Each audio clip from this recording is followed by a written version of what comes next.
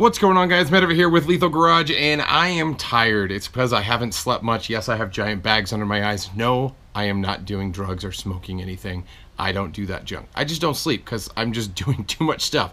But today I want to bring you a video about throttle bodies, and specifically a new throttle body I'm getting for my car. Some of you guys know I'm doing some major changes to my car. A lot of it was derived of really hot temperature IATs, internal air temps, in the vehicle, and some of the things that I want to do with the car, and just the issues I was running into and the costs that were associated with fixing it. So I changed up my entire supercharger setup, and I went with a brand new throttle body to support it. So let's check it out.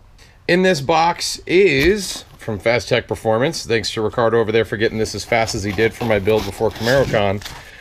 A brand new Nick Williams 103mm billet aluminum throttle body. Now, what makes this so special?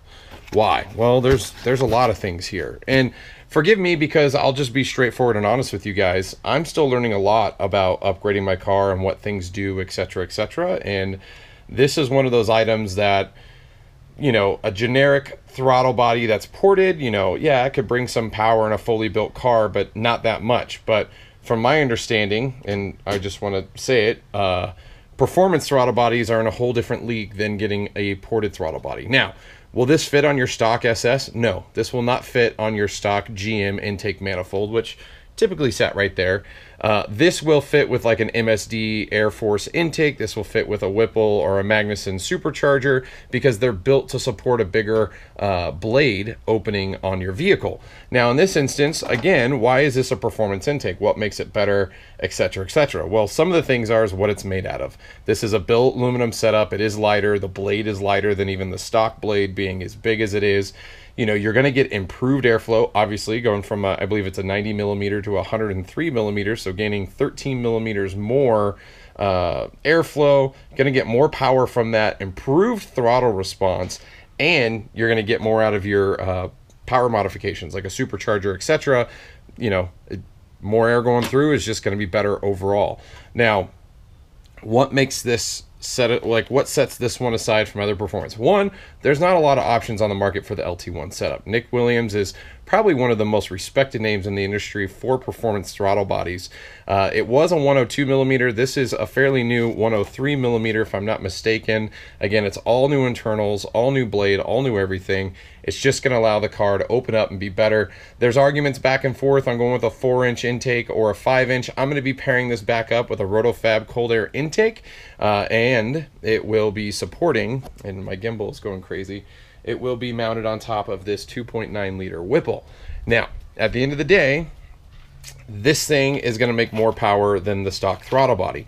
But the other side of it is, over your stock throttle body, there's a lot of people out there that will take the stock GM throttle body and go get it ported, and that's about it. This is already done. It's basically going to give you the best high flow straight out of the box. It's a performance setup, and this, I can't believe how light this thing is. It looks so cool. This thing is just so awesome. You see the custom machining on it.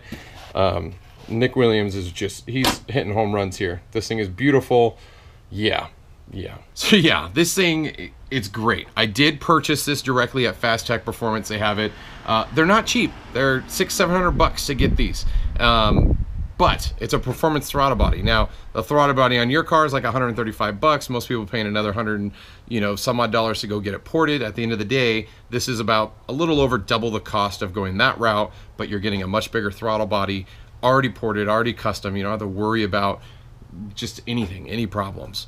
And this is a name a lot of people know, trust, and recommend. Nick Williams out there. So this is a great product. I can't wait to put it on the car. Unfortunately, we're not going to see before and after differences between it. Maybe I can convince Ryan to put my stock throttle body on there and then switch to this and see what it is. We just won't know. But the car's going on the dyno with a new supercharger, new injectors, new fuel pump, and this bad boy, along with a RotoFab cold air intake, and it should be making a ton of power. So we'll see what happens. Stay tuned for more videos. If you guys enjoyed this content, hit that subscribe button. If you have comments, questions, or need more details on what would make a throttle body, a performance throttle body, let me know. If I don't know, I will definitely ask people that do know. Again, I don't pretend to know everything. I am still learning, just like many of you, and this came highly recommended, and that's why I purchased it. So look forward to a ton more videos around all the different items coming on the car, and lots of numbers, both at the dyno, both at the racetrack. Let's see what this bad boy could do. I'm pretty sure we're gonna break into the realm of needing full roll cage here pretty soon, and I totally expected that. For those of you who've been following the channel, you know that's the path that I've already aimed to go down at the beginning of this year. So let's get there, let's do it, and see what happens. As always, guys, thanks for checking out the video, and until next time, I'll see you on the road.